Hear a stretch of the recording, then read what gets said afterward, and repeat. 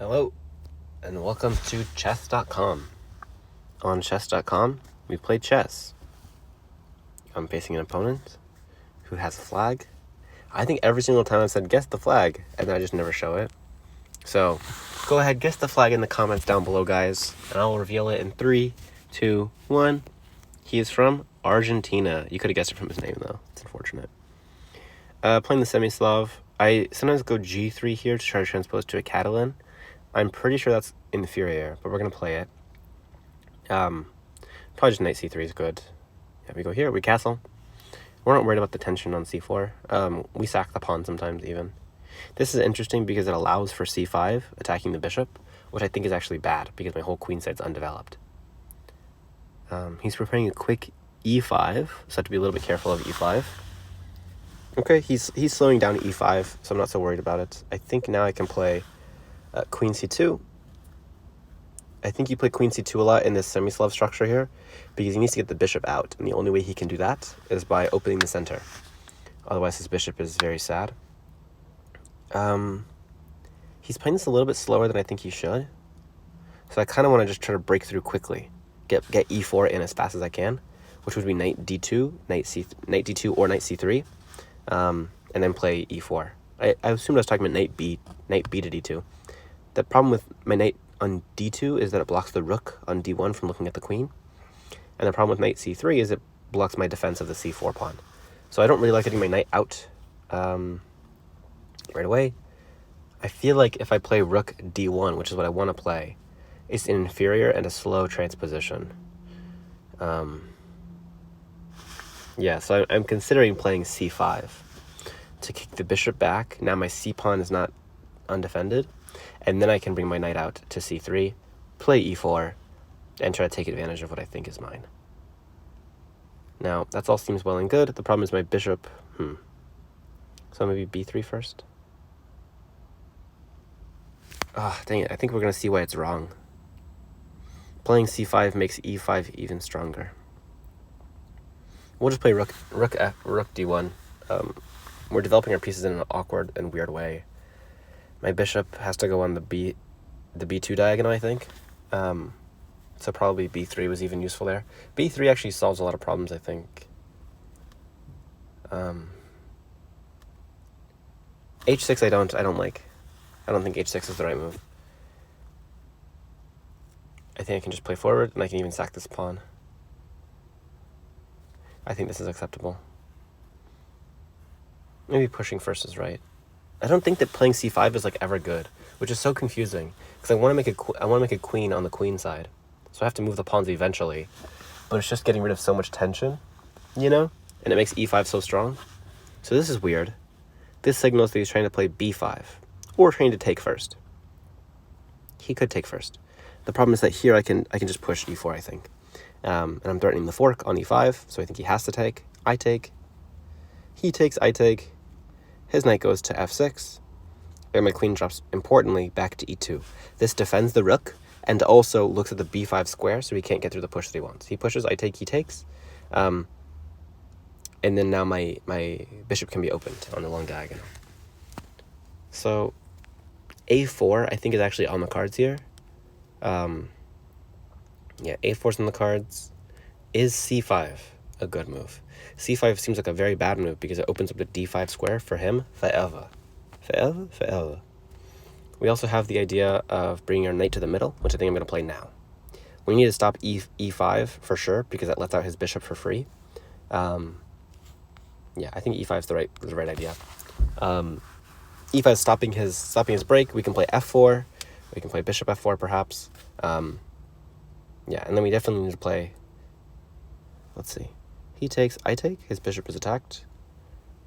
So I think just f4 is fine, even. Is f4 fine? I think it's gotta be. We'll play f4. Now, is there some trick? Is there some trick with sacking on the c6 pawn? A move ago, like here, maybe I can take the c6 pawn. He takes back, I take with the bishop, and I'm attacking both rooks. So I'm only a pawn down, and then I'm winning the exchange. So I'm actually up a pawn at the end. Here it doesn't work. I just get the 2 pawns. But maybe even still, is it worth it? Takes, takes, takes. His bishop's undefended, which is kind of hard to ignore. So he's saying that he really wants to play e5. He really wants to play e5. I really am tempted to take on c6. I just don't think it's a good move. I'm taking with the bishop first.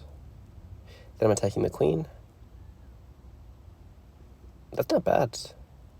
Because then I can even play d6 or d5 there. And he can't take. I think I'm just being crazy. Probably just being crazy. This is an important move, though. This is like the move that's going to decide the game, I think.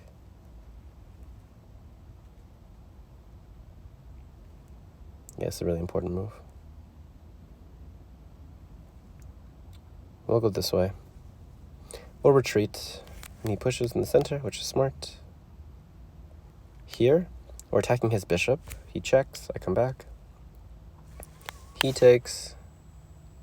Take with the pawn or take with the knight? Take with the pawn to let our bishop out.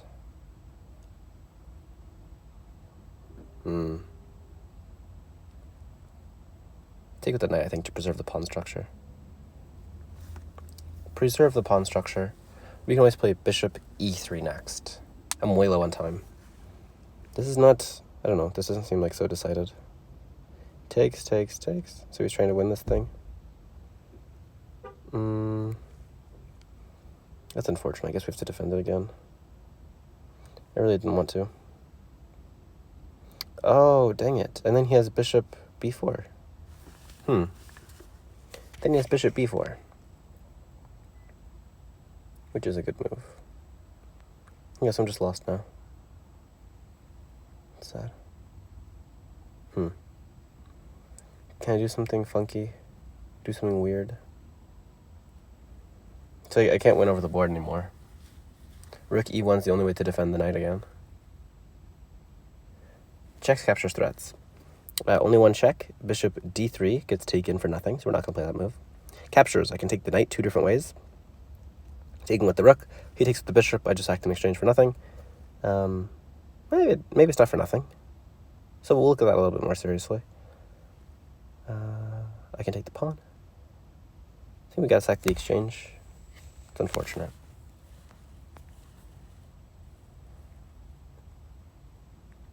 At least this way we don't lose a whole piece. And then, is the key move here to play bishop e3 to trade, or is it to play b3, and then bishop b2? Then we're gonna do this. Then he goes back, right, and takes the knight. I take the bishop. No, everything's okay there. Okay, so he's only up a pawn. It's not so catastrophic. And then even I have rook d1. Rook d1, which attacks the bishop twice. And I think there's some weird variations where I even take that. And then my bishop shows up on h3 and does some things that he doesn't want me to do.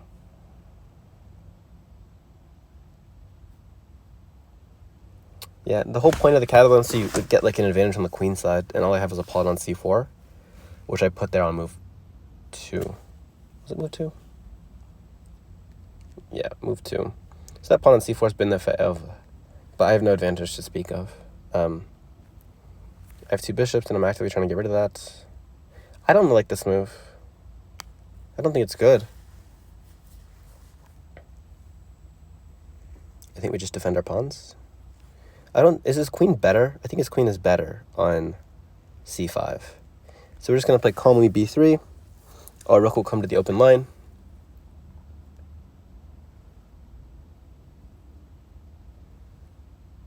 Now we can take on c6. He takes. I take with the knight. Attacks the queen. Right? Then I take the rook. So what am I doing? I'm getting an exchange, because eventually I'm trading my knight for his rook. So I'm gaining 2 pawns there. And I'm sacking 1 pawn. As in my bishop for his 2 things. Alright, I'll try it. We'll try it. Maybe we'll try. There's an annoying check I didn't see. He has bishop d5 check. Oh, that's tough. Bishop d5 check, sacking back a piece. Right here he can play it. Bishop d5 check. Oh, even this move. Yikes. Oh, no. I tried to be fancy. Oh, no. Oh, no. And if I undefend the bishop, so I can't undefend the bishop, so I gotta go here. He takes, I take, he takes. And he's just up a piece. Rats. Rats. That's a blunder. That's a blunder. Actually, I can do this. I can do this. And then we'll take here. So now everything's equal. And then this is the trick at the end. He takes the knight, and then I go here. And then I'm winning back a piece. Okay. Obviously, he has to play bishop d2, or sorry, rook d2. And then I go king f1, king f3, attacking the bishop again. And then he moves his light square bishop. Yeah. Dang it. Because I can only take the bishop one time. I can't take it twice. So this is complicated. I'm down a pawn. Hopefully I'm only down one pawn. I think I'm down 2 pawns, actually. Because after rook d2, I move up. He takes the h pawn. I take his bishop. Whoa!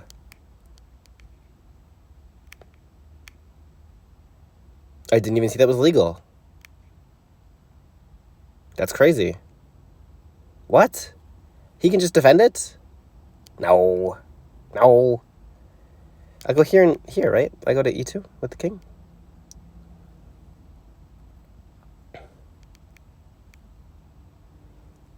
He's trying to, like, scare me, I think, with discovered checks.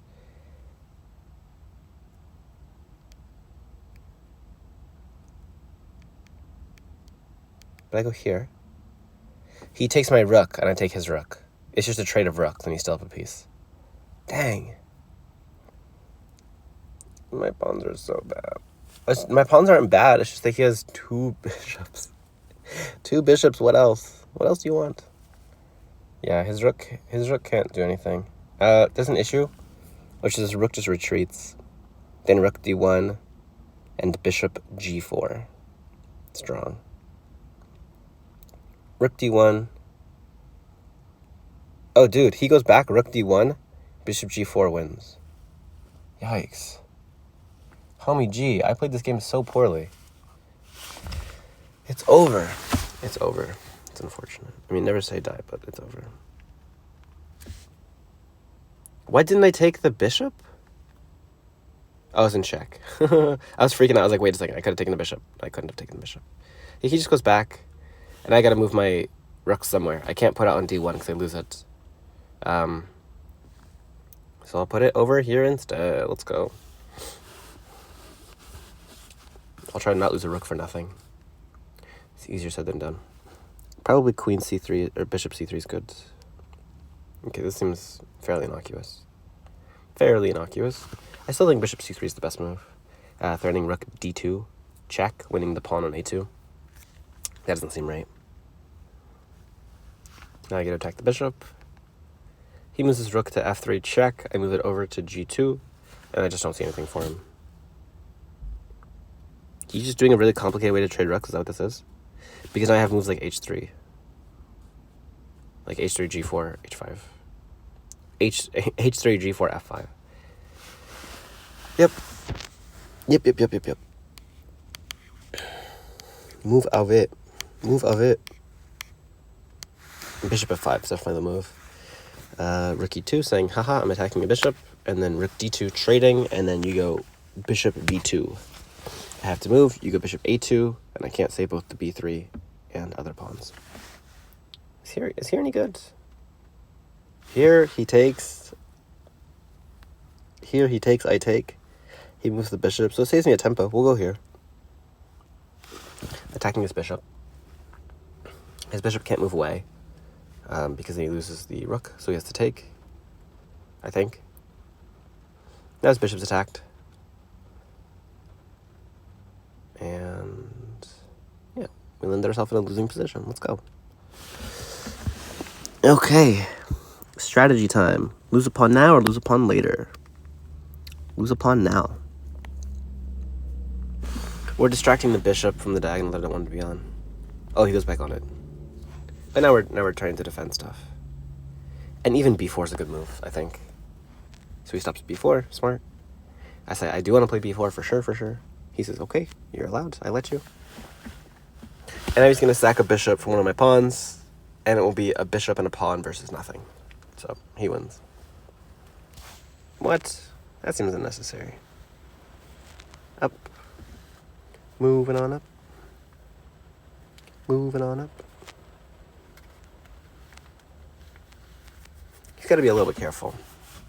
Only a little bit. He doesn't have to be a lot careful, just a little bit. Like, this seems strange to me.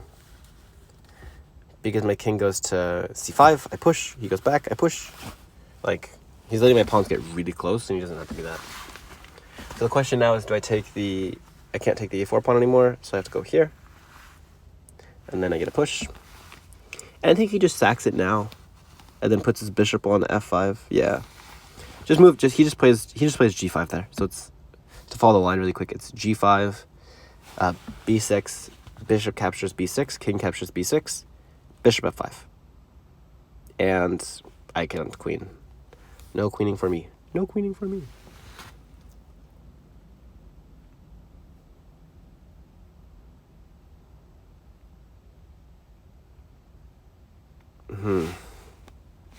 Can I do some weird... Oh, yeah, see? That's what I'm talking about, dude. Bishop f5 is an important move. Here. Bishop f5. And then I go back and I take this pawn. Or do I just take his bishop first? I'll go here and take this pawn. Oh, snap! Bishop d7. Bishop d7, exclam. Defending his pawn and stopping me from making a queen. It really doesn't matter. It's all the same in the eyes of the Lord. There's some chance that I can distract him. So like here and then make a queen. And then maybe he made some queen move or king move, but he did not. And to get into stalemate territory, if we can go this way, that's check. I have to come back. Yep. I have to like hide behind my pawn somehow. Well, I can't do that anymore. Whoops. Bishop f5, probably good.